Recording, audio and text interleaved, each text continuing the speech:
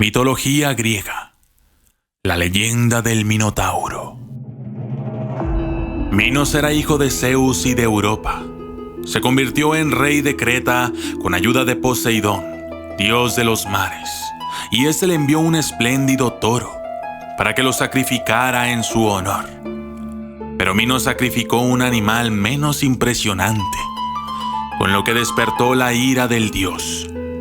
Para vengarse, Poseidón indujo a Pasífae, esposa de Minos, a enamorarse del animal. Para satisfacer su pasión, Pasífae pidió ayuda a Dédalo, un ingeniero ateniense alojado en la corte de Minos, quien le construyó una vaca de madera hueca, de forma que Pasífae pudiera esconderse en su interior. Así, consiguió aparearse con el toro y de esta unión antinatural nació el Minotauro, un ser monstruoso mitad hombre, mitad toro. La ira de Poseidón no tenía límites y continuó haciendo que el Minotauro se alimentara solo de carne humana, y conforme crecía era más y más salvaje. Minos ordenó a Dédalo que construyese un laberinto para alojar en él al monstruo, dejando prisioneros al constructor y a su hijo Ícaro. Por aquel entonces, uno de los hijos de Minos, Androgeo, se encontraba en Atenas participando en una competición olímpica de la que resultó ganador. Los atenienses le asesinaron y por ello el rey de Creta les declaró la guerra. Al mando de los atenienses se encontraba el rey Egeo. Minos atacó el territorio y con la ayuda de la peste que asoló Atenas, salió victorioso.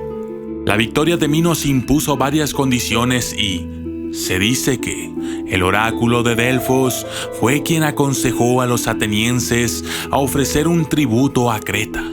Una de las condiciones era entregar a 7 jóvenes y 7 doncellas como sacrificio al Minotauro. Pero existen 2 versiones. En una el tributo era enviado anualmente y en otra alude a que la entrega se efectuaba cada 9 años. Inclusive que eran 9 hombres y 7 mujeres. Fuese como fuese, los 14 jóvenes eran abandonados a su suerte dentro del laberinto donde acababan devorados por el Minotauro. Años después, Teseo, hijo de Egeo, en otras fuentes de Poseidón, se dispuso a matar al Minotauro y así liberar a su patria del impuesto. Egeo le dijo que si volvía con vida, cambiaría las velas negras con que los barcos retornaban de la isla por otras, para darles la noticia de su victoria. Al llegar a Creta, los jóvenes fueron presentados a Minos y Teseo conoció entonces a Ariadna, una de las hijas del rey. Ariadna se enamoró de él y le rogó que se abstuviera de luchar contra el Minotauro, pero Teseo la convenció de que él podría vencerle con su ayuda. Ariadna ideó un plan. Le entregó una punta de hilo muy largo, advirtiéndole que no lo soltara en ningún momento para poder seguirlo de vuelta.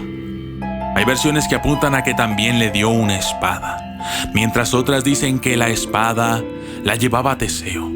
El héroe y los demás jóvenes entraron en el laberinto y horas después se encontraron con el Minotauro. Teseo luchó contra él y lo derrotó.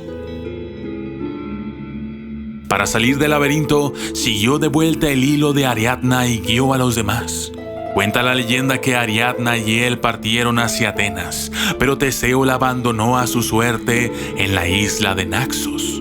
Cuando el barco llegaba a Atenas, Teseo no recordó la promesa hecha a su padre de cambiar las velas, por lo que éste, creyendo muerto a su hijo, se arrojó al mar, dándole su nombre a partir de ese momento.